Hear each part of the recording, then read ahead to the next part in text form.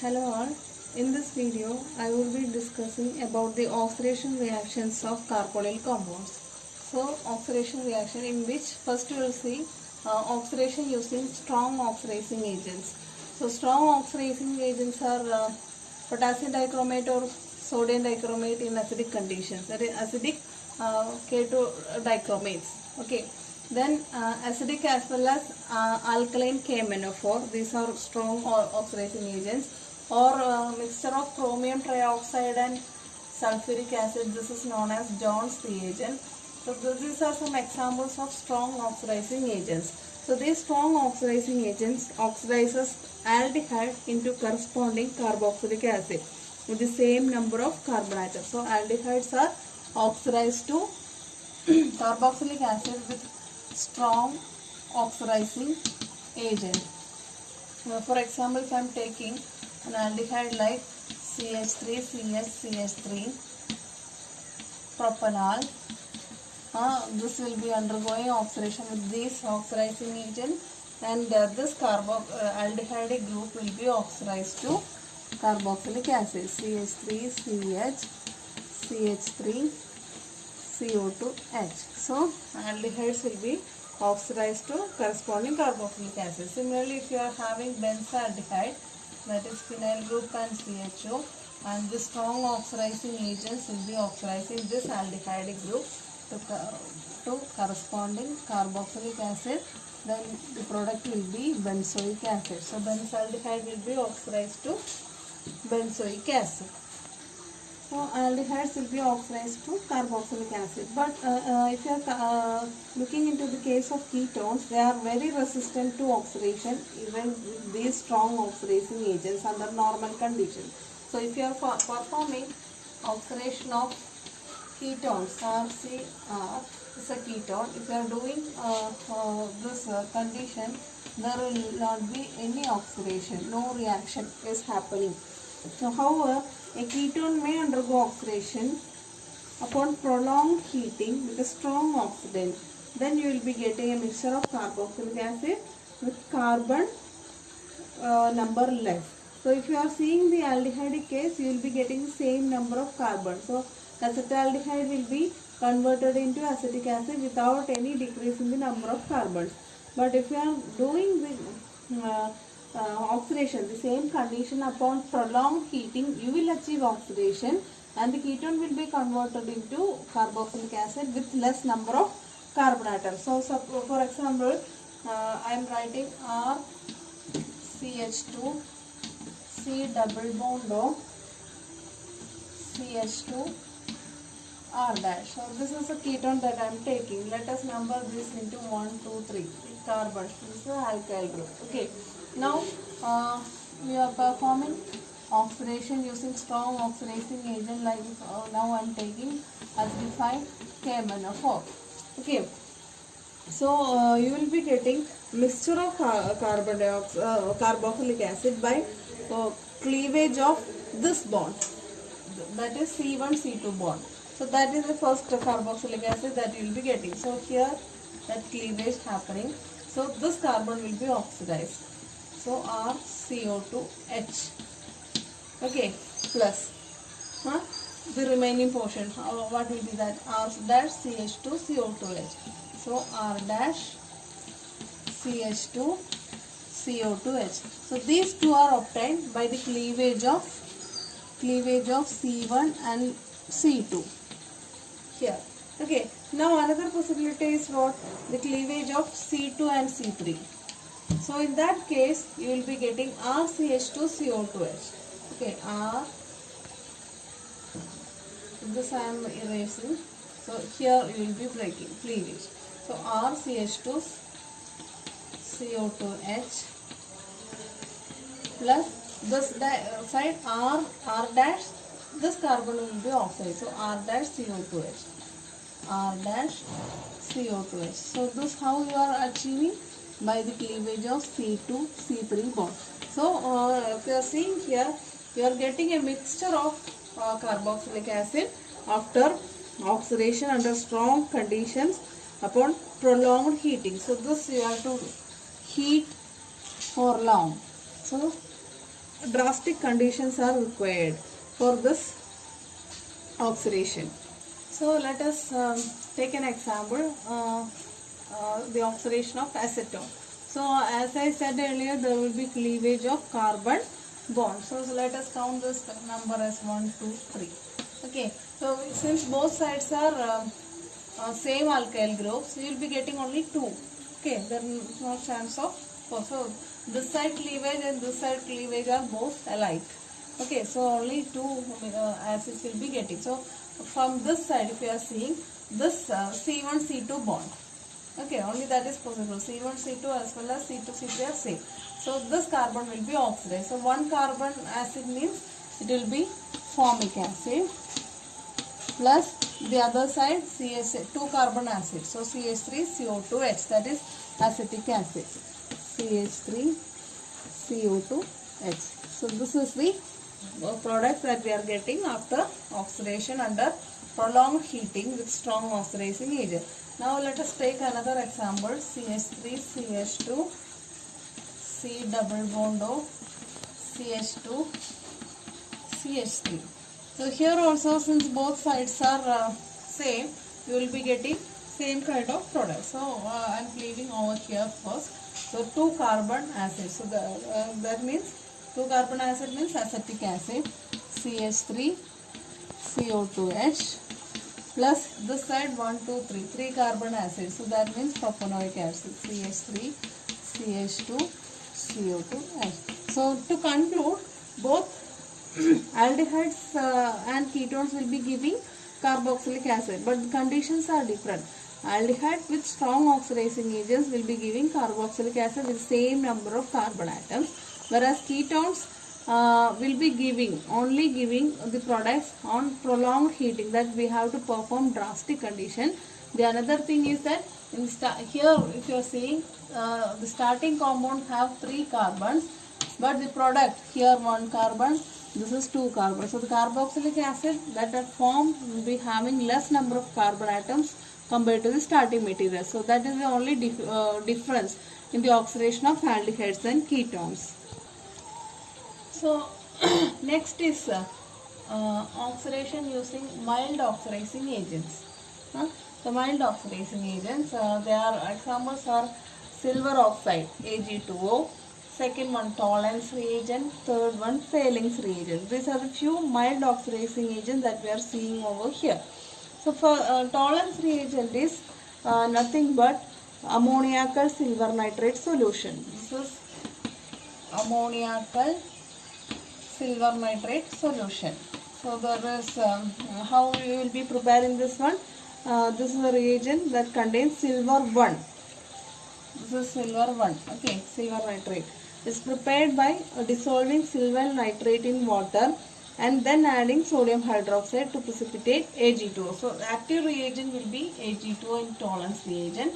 So this is first silver nitrate will be dissolved in water, then we will be adding NaOH into it, then Ag2O will be precipitating. So finally we will be adding ammonia solution to dissolve the Ag2O. Whatever precipitated, that will be dissolving. So to form a silver ammonia complex ion. So that will be, the net reaction will be AgNO3 plus 2NH3. Then that will be completely homogeneous solution. That silver oxide formed will be dissolved in ammonia, and you will be getting a complex of the sort AgNH3 twice plus NO3 minus. So this is the complex in silver nitrate solution. AgNH3 twice NO3 minus. So Fehling's reagent is that we will see later, but actually this is a solution containing copper as the metal in it. So actually this is cuprine ions complex with tartarate ions. So that we'll see later. So first we'll see the oxidation using Tollens reagent. So aliphatic as well as aromatic aldehydes are oxidized by Tollens reagent to corresponding carboxylate anions. the reagent itself will be getting reduced to metallic silver. So that is actually an identified test for aldehydes. Okay, so if you are performing this reaction in a test tube, after some time you can see, if you are boiling in a water bath, you can see the silver coating formed on the walls of the test tube. So this is called silver mirror test.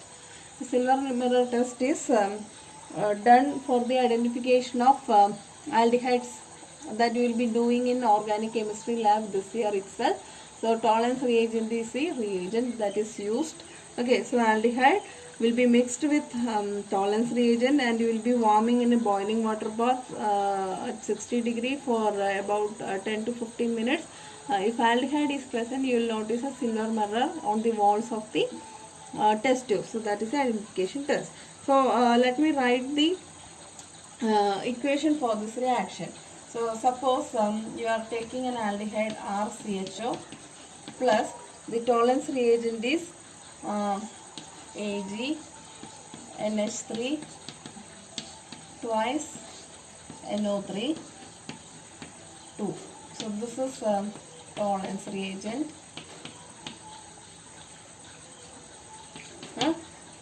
This will be basic in nature.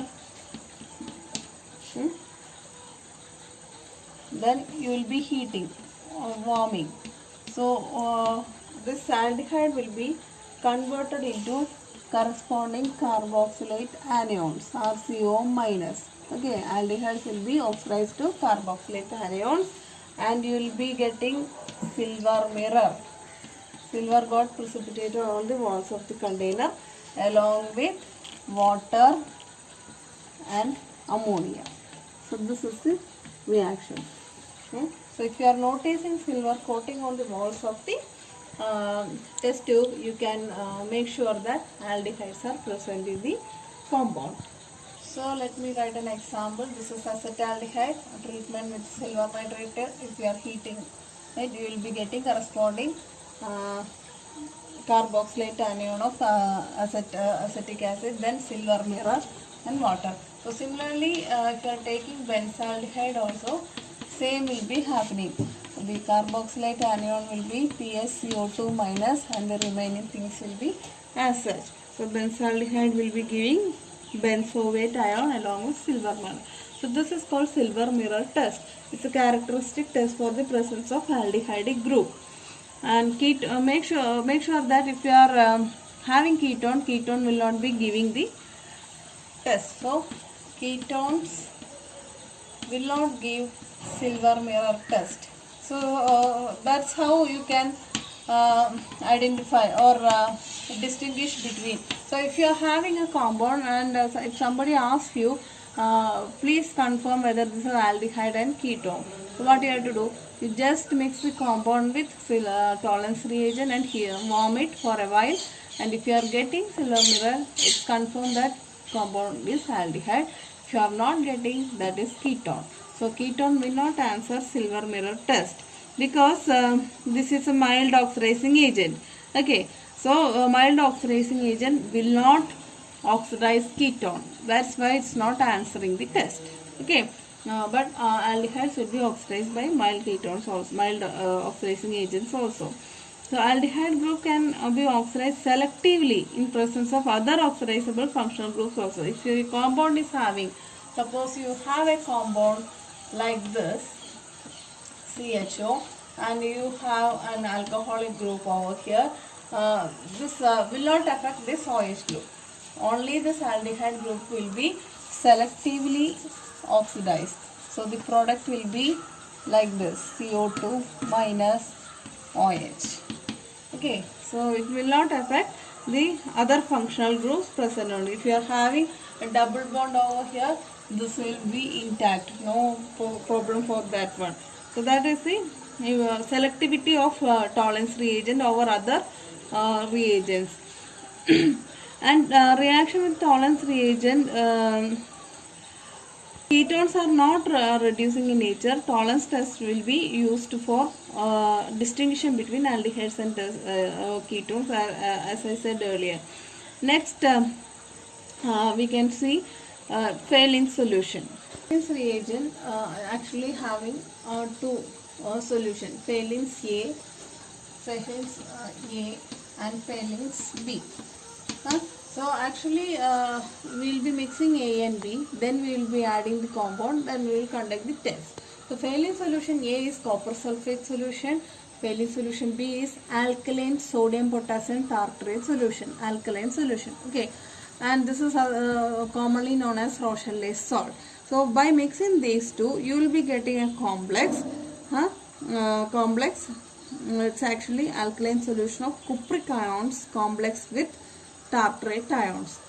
We are mixing these two. Okay, and after the reaction, as I said earlier, in tolerance reagent, after some time, if you are getting silver mirror, you will identify aldehydes. Okay, that means oxidation happened. But after this one, if you are mixing compound with saline solution, and if you are warming for a while, and if you are observing a red brown precipitate in the reaction mixture, which will be precipitating at the bottom of the test tube, then you can confirm that the compound contains aldehydes. So let me show you what is the red brown precipitate which is formed. And as I said earlier, it is a valence solution is a alkaline solution of cupric ions. Okay, so active portion I am writing. So this is RCHO or aldehyde, and valence reagent is Cu2 plus, here 2 CuSO4, along with this is complex with tartrate ions, Rochelle salt. Okay, this will be should be sufficiently alkaline. So this all together I am telling valence solution, valence reagent A and B. Then if you are warm, then this will be oxidized to corresponding carboxylate anion, RCOO minus. And what happens to this one? This Cu2 plus will be reduced. This is oxidized, this will be reduced to Cu plus. Okay, so that is Cu2O. Cu2O. This is red brown precipitate. Red brown precipitate. So here the copper is in +1 oxidation state. So copper is reduced. Whereas in the tolerance reagent case, silver is reduced. Silver was in +1 oxidation state, and silver mirror, silver is in 0 oxidation state. So silver is reduced in the tolerance reagent. Here copper is reduced to copper 1. So this is the reaction. So if you are taking acetaldehyde plus this one, valence reagent, what you will be getting? Corresponding CH3CO2 minus plus this reddish brown precipitate along with water, Cu2O. So this is the reaction. It's very important. You have to learn it thoroughly. This will be asking for the practical exam also. So this reaction we will be performing in lab to identify whether the given compound is aldehyde or ketone or carboxylic acid ester. Only aldehydes will be giving. So on warming with valence solution, reddish brown precipitate is produced due to the formation of cuprous oxide. So this test is characteristic test for aliphatic aldehydes, and you should remember that aromatic aldehydes do not answer this test. Okay, that is a very important thing. Whereas like ARCHO will not give valence test, but this will give tolerance test. Okay, so benzaldehyde will not give valence test, but benzaldehyde will not give valence test. Benzaldehyde will give tolerance test. Okay. And as usual, ketones do not answer valence test because they are not oxidized by valence reagent, because it is a mild oxidizing agent. So ketones will not give tolerance as well as valence test. So this is characteristic test for aldehydes. And keep in mind that aromatic aldehydes will not give valence test. So that is about valence reaction. So next is using Benedict's reagent. Benedict's reagent. Okay. So Benedict's reagent is also an alkaline cupric ion solution. Okay. So but the base is also different. The complexing agent is also different. So it's a mixture of copper sulfate, sodium citrate, and sodium carbonate. Okay. Whereas in Thales reagent it was copper sulfate, sodium potassium tartrate, and NaOH. Okay. And here copper sulfate, sodium citrate, and sodium carbonate. So this is the Benedict reagent. So aliphatic aldehydes are oxidized by Benedict's reagent to corresponding carboxylate anions. The reagent will be copper will be reduced to red brown precipitate of CO2O. So that's how you have to identify. So make sure that you are, the aliphatic aldehydes reduces Benedict's reagent, whereas aromatic aldehydes will not give the reaction. So as I have written for Thales reagent, same reaction, 2Cu2 plus 5OH minus. The carbonate will be generating hydroxide ion in solution, warm, and you will be getting corresponding RCO minus plus Cu2O. This is the red brown precipitate. Okay, red brown precipitate plus water. So thus on warming, aliphatic aldehydes will be giving reddish brown precipitate of cuprous oxide. So Benedict's test is also the characteristic test for aliphatic aldehydes. Okay, like Thales solution. If you are taking benzaldehyde, CHO, if you are treating with Thales solution, Thales reagent as well as Benedict's reagent, the reaction will not happen. Okay, this one, aromatic aldehydes. Now what about the case of ketones? Ketones also will not give Benedict's test. No precipitation of Cu2O because it's a mild oxidizing agent. So that's about Benedict's oxidation. Bromine water. So bromine water, it's a milder reagent than the other mild reagents that we have seen. So aldehydes are oxidized even by this mild oxidant like bromine water to corresponding acid. So aldehydes, bromine water, warming, you will be getting corresponding carboxylic acid plus HBr. So from taking an example, propanaldehyde I have taken, treated with bromine water, warming, you will be getting corresponding propanoic acid. And keep in mind that this is milder one, so ketones will not react with bromine water also. That's about oxidation. So we have seen oxidation with Tollens reagent, Thales reagent, Benedict's reagent, as well as bromine water. So in conclusion, Tollens reagents oxidizes both aliphatic and aromatic aldehydes and not ketone. Thales reagent, Benedict's reagent, and bromine water will be oxidizing aliphatic aldehydes and not aromatic aldehydes and ketones. So these are the highlights of this oxidation. How will you identify? You know that the bromine is having a brown color, right? Reddish brown color. Suppose reddish brown color. So after the reaction, if this reddish color is not there, means no color, colorless, the reaction becomes colorless, then you can identify that the compound is having aldehydic group. Okay. That is not a confirmation test. Bromine water also become colorless if you are treating with unsaturated compounds also. It tests for unsaturation also. Okay, this is like if you are identifying with Tollens reagent, then you can just do this one. That's all.